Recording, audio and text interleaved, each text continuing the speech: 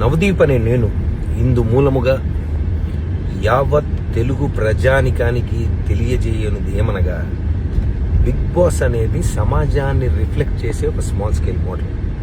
రకరకాల mind sets, attitudes, ఆలోచనలు ఉండే మనుషుల మధ్యలో 100 రోజులు బతుకుతున్నప్పుడు ఎవడెవడో ఏదేదో అంటారు. అన్నప్పుడు ఆ మాటల్ని మనం ఎలా తీసుకుంటాం, ఎలా రియాక్ట్ అవుతాం, ఎలా మనల్ని మనం కండక్ట్ చేసుకుంటాం అనేది పాయింట్. దాని టెస్టే అగ్ని పరీక్ష. మాకు కంటెస్టెంట్స్ డేటా ఇస్తారు. ఇప్పుడు వాళ్ళ పోస్ట్కి జనరల్గా జనం ఇంటర్నెట్లో ఎలాంటి కమెంట్స్ పెడుతున్నారు, వీళ్ళు ఎలా రియాక్ట్ అవుతున్నారు, వాళ్ళకు వచ్చే నెగిటివ్ కమెంట్స్ ఏంటి, ఇవన్నీ జనరల్గా చూసి సమాజంలో నుండి వాళ్ళకు వచ్చే నెగిటివ్ కమెంట్స్తో వాళ్ళ ఎమోషన్స్ని ట్రిగర్ చేసే ప్రయత్నం చేస్తాం. Right? It will test their ability to conduct themselves. We have to test. ఎవడో కమెంట్ పెట్టినట్టు నేనేదో అంటాను. కంటెస్టెంట్ రియాక్షన్ ఎలాగైనా ఉండొచ్చు, పర్సనల్గా తీసుకోవచ్చు.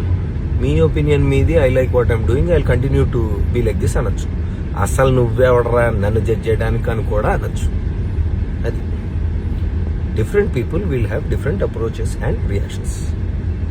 బిగ్ బాస్ అగ్ని పరీక్షకి జడ్జ్ అన్నప్పుడే నాకు తెలుసు కంటెస్టెంట్ ఎమోషన్స్ని పుష్ చేసి టెస్ట్ చేయాలని. కాన్సెప్టే అది. హారర్ సినిమాకి వచ్చి నన్ను భయపెట్టదంటే ఎట్లా? ఇక్కడ కాన్సెప్ట్ ఇది. మీ పోస్ట్కి నెగిటివ్ కమెంట్స్ వస్తే నువ్వు ఎలా రియాక్ట్ అవుతావు? అగ్ని పరీక్ష. సమాజానికి ఏం మెసేజ్ అంటే నేను కాదు, బిగ్ బాస్లో పార్టిసిపేట్ చెయ్యాలనుకునే వాళ్ళకి ఏం మెసేజ్ ఇస్తారు అని. నాలాంటి వాళ్ళు ఎంతమంది ఏం మాట్లాడినా తట్టుకొని నిన్ను నువ్వు నమ్మి నవ్వుతూ నడిచే సెల్ఫ్ కాన్ఫిడెన్స్ ఉందా? లేకపోతే బ్రేక్ అయిపోయి ఇంట్లోంచి బ్యాగ్ సర్దుకొని వెళ్ళిపోతావా? అగ్ని పరీక్ష. The show is design to do this. If you can't handle negative comments, ఇంటర్నెట్కి రావద్దు, అగ్ని పరీక్షకి అసలు రావద్దు.